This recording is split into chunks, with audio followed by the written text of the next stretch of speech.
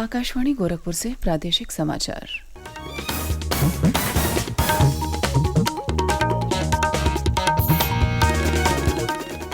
नमस्कार। समाचार बुलेटिन के साथ में शिवानी अरोरा। पहले मुख्य समाचार। केंद्र सरकार ने हड़ताल पर गए चिकित्सकों से काम पर लौटने की अपील की। पेशेवरों की सुरक्षा सुनिश्चित करने के उपायों के लिए बनाएगी समिति। कानपुर में पटरी से उतरी साबरमती एक्सप्रेस के कारण आज भी निरस्त रहेंगी करीब 1.5 दर्जन ट्रेनें। घटना की हो रही है जांच।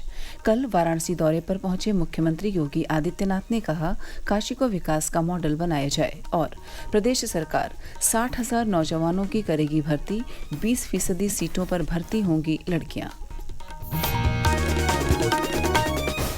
अब समाचार विस्तार से।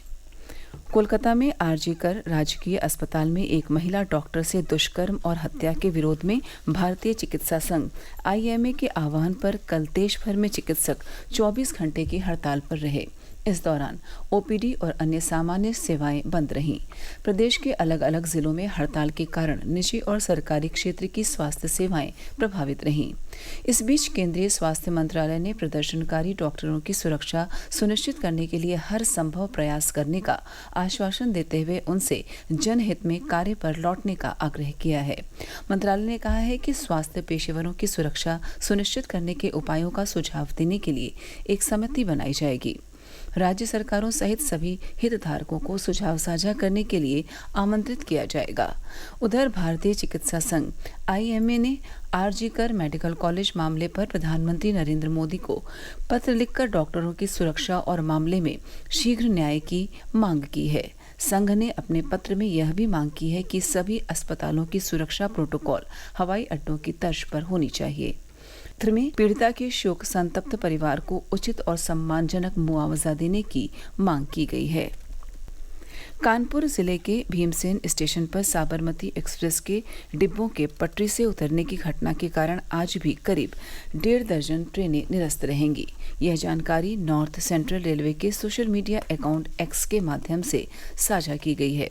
इस घटना के कारण कल करीब आधा दर्जन से अधिक ट्रेनें निरस्त कर दी गईं और 2 दर्जन से अधिक ट्रेनों का मार्ग परिवर्तित कर दिया गया था। वाराणसी जंक्शन से चलकर अहमदाबाद जा रही साबरमती एक्सप्रेस शुक्रवार की रात कानपुर से गुजरते हुए भीमसेन स्टेशन से पहले पटरी से उतर गई थी। इस यात्री ट्रेन के लगभग 22 डिब्बे पटरी से उतरे, लेकिन किसी प्रकार की जान माल की क्षति नहीं हुई। घटना के कारण कानपुर झांसी रेल रूट पूरी तरह से प्रभावित हो गया। रेलवे प्रशासन की ओर से कानपुर के लिए 0512-2323-018 और 0512-2323-015 हेल्पलाइन नंबर जारी किया गया है। कानपुर कमिश्नरेट के पुलिस आयुक्त अखिल कुमार ने बताया कि घटना की सूचना मिलते ही पुलिस के उच्चाधिकारी, स्थानीय पुलिस बल और रिस्पांस टीम ने मौके पर पहुंचकर राहत और बचाव कार्य किया। रेल मंत्री अश्विनी वैष्णव ने सोशल मीडिया पर अपने संदेश में कहा कि साबरमती एक्सप्रेस का इंजन ट्रैक पर रखी किसी वस्तु से टकराकर पटरी से उतर गया। चोट के निशान मिले हैं, साक्ष्य सुरक्षित रखे गए हैं। आरबीआई और प्रदेश पुलिस जांच कर रही है। पूर्व राष्ट्रपति रामनाथ कोविंद कल सपरिवार बुलंदशहर के खुर्जा की पॉटरी नगरी का दौरा करने पहुंचे। वह सबसे पहले मुंडाखेड़ा मार्ग स्थित ऑर्मिनो सिरेमिक पॉटरी पहुंचे, जहां उन्होंने सिरेमिक उत्पादों की प्रक्रिया और गुणवत्ता का बारीकी से अवलोकन किया। इस मौके पर उन्होंने पर्यावरण संरक्षण पर जोर देते हुए लोगों से पौधारोपण करने की अपील की। उत्तराखंड में केदारनाथ मंदिर के लिए पैदल मार्ग तीर्थयात्रियों के लिए फिर से खोल दिया गया है। तेज बारिश के कारण हुए भूस्खलन से यह मार्ग क्षतिग्रस्त हो गया था। भारतीय जनता पार्टी 1 सितंबर से पूरे देश में सदस्यता अभियान चलाएगी। यह जानकारी पार्टी के प्रवक्ता संबित पात्रा ने दी। कल नई दिल्ली में पार्टी के राष्ट्रीय पदाधिकारियों की बैठक के बाद श्री पात्रा ने बताया कि इस अभियान का उद्देश्य 10 करोड़ से अधिक लोगों को पार्टी से जोड़ना है। पार्टी अध्यक्ष जगत प्रकाश नड्डा की अध्यक्षता में हुई इस बैठक में वरिष्ठ नेता और गृह मंत्री अमित शाह भी शामिल हुए। प्रादेशिक समाचार आप आकाशवाणी गोरखपुर से सुन रहे हैं। यह समाचार बुलेटिन हमारे YouTube channel AIR news Gorakhpur और X handle AIR news _ GKP पर भी उपलब्ध है। मुख्यमंत्री योगी आदित्यनाथ कल 2 दिवसीय वाराणसी दौरे पर पहुंचे। इस दौरान कानून व्यवस्था और विकास कार्यों की समीक्षा करते हुए उन्होंने अधिकारियों को निर्देश दिया कि धार्मिक और सांस्कृतिक नगरी के साथ ही काशी को विकास का भी मॉडल बनाया जाए। उन्होंने कहा कि विकास कार्यों में लापरवाही क्षम्य नहीं होगी।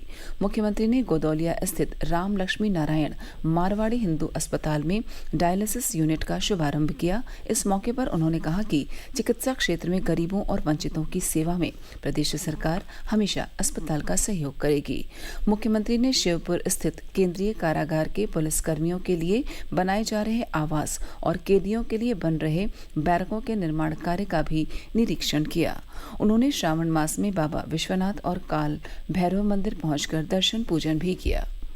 मुख्यमंत्री ने कल ही गाजीपुर के मेघबारन सिंह हॉकी अकादमी पहुंचकर ओलंपिक में पदक जीतकर भारत का नाम रोशन करने वाले गाजीपुर के हॉकी खिलाड़ी राजकुमार पाल और बनारस के ललित उपाध्याय को सम्मानित किया। इस मौके पर मुख्यमंत्री ने कहा कि सरकार खिलाड़ियों को लगातार प्रोत्साहित कर रही है, जिसके कारण आज प्रदेश के अच्छे खिलाड़ी निकल रहे हैं। इन दोनों खिलाड़ियों ने जो ओलंपिक में पदक जीता है, दोनों खिलाड़ियों को हम उत्तर प्रदेश सरकार की तरफ से 1-1 करोड़ रुपए की राशि तत्काल प्रदान करने की व्यवस्था लखनऊ में आयोजित होने वाले समारोह में करने जा रहे हैं। हम अन्य खिलाड़ियों का भी सम्मान करेंगे। जो भी उत्तर प्रदेश का खिलाड़ी प्रतिभाग किया है ओलंपिक में, उत्तर प्रदेश का वासी है, तो उसे 10-10 लाख रुपए हम लोग अपनी तरफ से प्रतिभाग करने का उपलब्ध करवाएंगे।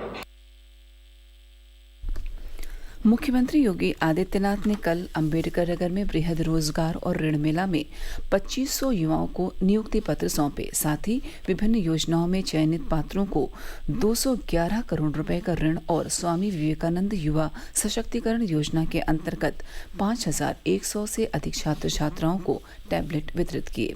इस मौके पर मुख्यमंत्री ने जनपद के नौजवानों के लिए स्टेडियम की घोषणा की और कहा कि यहाँ बनने वाले स्टेडियम से खिलाड़ी निकलेंगे और प्रदेश का नाम रोशन करेंगे। उन्होंने कहा कि प्रदेश में जल्द ही 60,000 नौजवानों को भर्ती करने के लिए परीक्षा होने जा रही है।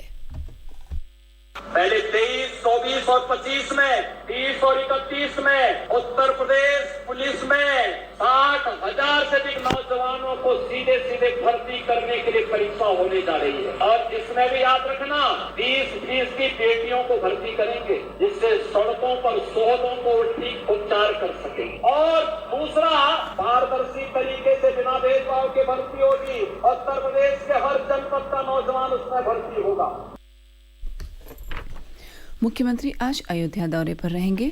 वह कुमारगंज के आचार्य नरेंद्र देव कृषि विश्वविद्यालय में करोड़ों की परियोजनाओं का लोकार्पण और शिलान्यास करेंगे। इसके साथ ही परिसर में लग रहे वृहद रोजगार मेले का भी उद्घाटन करेंगे और मेधावी छात्र छात्राओं को टैबलेट वितरित करेंगे। कजरी गायन में मिर्जापुर को विशेष पहचान दिलाने वाली लोक गायिका पद्मश्री अजिता श्रीवास्तव का कल शाम निधन हो गया। वह 70 वर्ष की थी और लंबे समय से बीमार चल रही थी। मिर्जापुर के आर्य कन्या इंटर कॉलेज में शिक्षिका पद से वर्ष 2017 में सेवानिवृत्त हुई अजिता को कजरी गायन के लिए वर्ष 2022 में पद्मश्री पुरस्कार दिया गया था। उच्च शिक्षा मंत्री योगेंद्र उपाध्याय ने कल आगरा किले के सामने से गरुड़ उड़ान यात्रा को राजगढ़ के लिए रवाना किया।